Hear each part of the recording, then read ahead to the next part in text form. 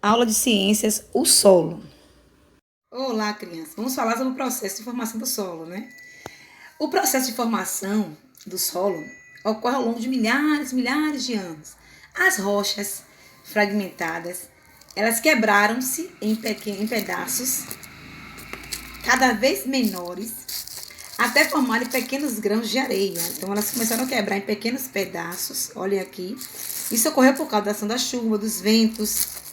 E aqui, também aqui no interior aqui, são pequenos grãos. Isso vão formando a partir da fragmentação dessas rochas aqui. E ali começou a permitir que a entrada de fungos, raízes de plantas, e começou a haver decomposição. E aí aquele subsolo começou a ficar um solo umífero, né? Um solo, eu digo que matéria orgânica, né? Que restos de animais, restos de seres vivos, que fornecia a matéria orgânica que deixa o solo mais fértil. Então esse solo, através desses animais, dessas plantas, daquelas folhas secas, e a partir da decomposição dessas folhas, surge aquele solo, todo esse processo de decomposição de seres vivos, que é chamado solo umífero, né? Que é um solo mais fértil, rico em nutrientes. Aqui temos o solo umífero, né? Que é aquele solo, é aquela terra preta, né? Que ele é formado por materiais orgânicos, né, que entra em decomposição. São seres vivos que entram em decomposição.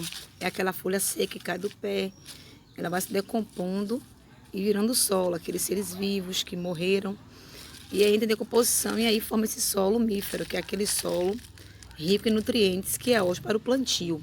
Aí temos aqui um pé de aipim, né, viçoso, bonito, que é o solo chamado solo umífero.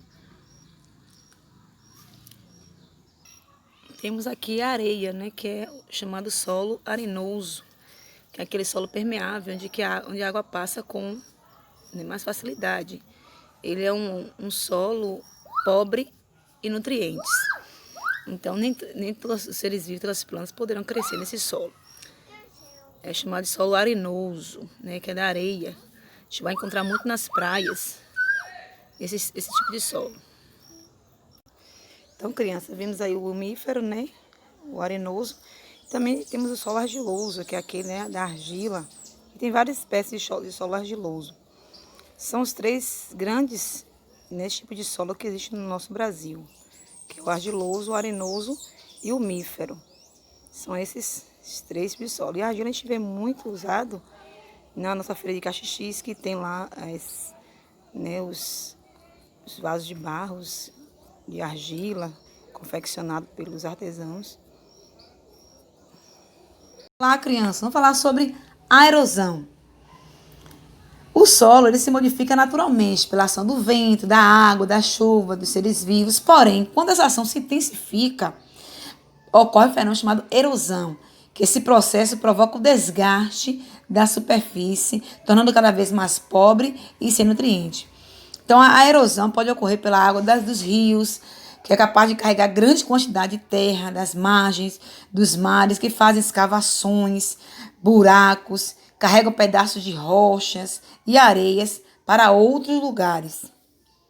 Estamos vendo aí esses buracos imensos, e é provocado, né, pela erosão, que a água da chuva é capaz de arrasar grande quantidade, né, criar buracos imensos e também tirar todo aquele nutriente que tem no solo. Temos as casas, né, que são construídas.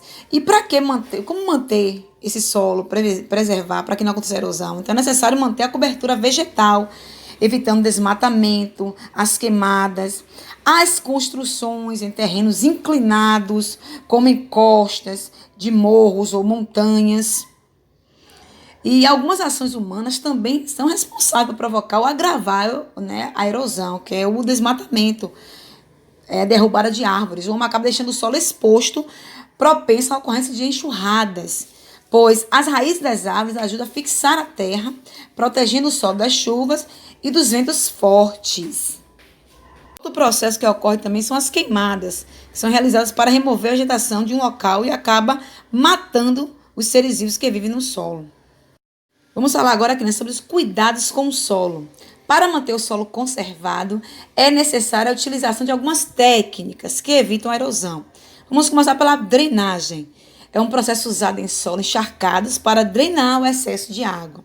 Também temos lá a irrigação, que terrenos muito secos, que não são capazes de reter a água, precisam de ser irrigados. Para isso, são construídos canais de irrigação que levam a água dos rios, açudes ou poços até o solo. E temos também a aração. Arar é tornar o solo mais fofo e arejado, permitindo a melhor circulação do ar, da água e dos nutrientes. Também temos lá a adubação. Adubação significa enriquecer o solo com nutrientes para torná-lo fértil. Os fertilizantes podem ser naturais, como estrume, dejetos de animais, ramos de plantas ou industrializados. São diversos tipos de adubação. E temos aí também a rotação de culturas, que consiste em fazer um rodízio de espécies de plantas em uma área agrícola. Os vegetais eles possuem modos diferentes de retirar os nutrientes do solo. Por isso, com a rotação de culturas, não há esgotamento de determinados componentes.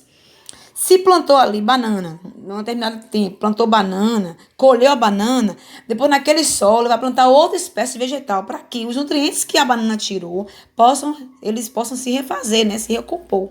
Então planta outro tipo de vegetal que possa retirar outro tipo de nutrientes. E aí vai fazendo essa rotação e o solo não vai empobrecer.